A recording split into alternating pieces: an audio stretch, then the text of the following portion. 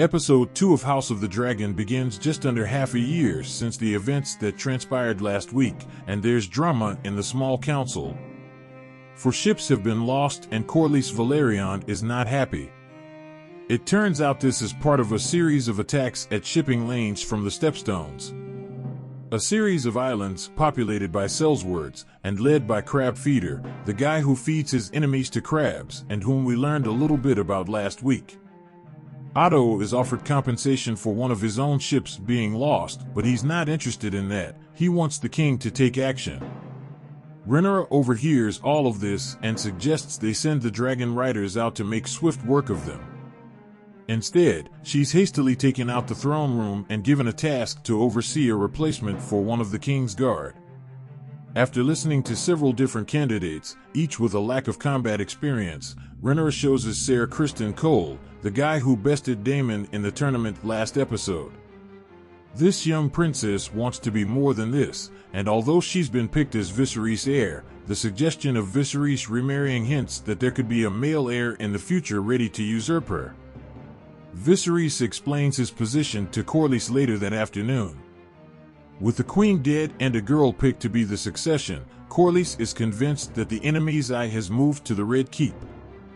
The crown is vulnerable right now, and Corlys believes they need to act swiftly to make sure there is not an uprising. In order to do that, Corlys suggests joining their two families together. With the dragons and Valyrian fleet, together they'd be a force to be reckoned with. That night, Viserys tells Otto about this and asks for his advice. The Grand Maester believes it's a solid idea, and that it would be good for the region to prevent open war or rebellion. Viserys, though, is worried what Rhaenyra will think. Meanwhile, Rhaenyra is optimistic that she'll someday be queen, but Rhaenys is much more pessimistic. She talks about the established order and ends by saying, "Men would rather put the realm to the torch than see a woman ascend the Iron Throne."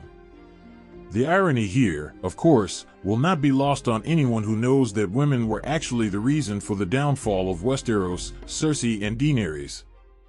Viserys is called to an emergency meeting with the small council. A dragon's egg has been stolen while Daemon has seized Dragonstone and is held up with his gold cloaks. Daemon has also left a taunting note, inviting Viserys to his wedding to Mysaria. Viserys wants to go personally, but Otto interjects, pointing out it's too dangerous and suggesting he should go instead.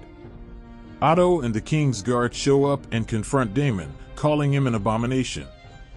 Daemon is cool as a cucumber though, pointing out this is a family right to take an egg on the eve of a wedding.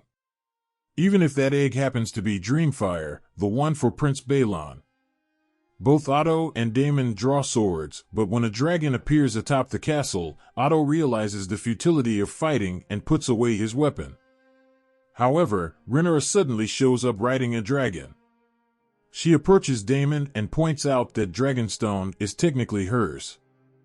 The only way out is for Daemon to kill his niece and seize the position of heir himself. It's tense, but Daemon eventually turns and leaves without a drop of blood shed. He also tosses over the egg before he goes back inside the castle too. When Viserys finds out where the princess has gone, he confronts her in her chamber. He's not happy about Rhaenyra acting independently, pointing out she could have been killed.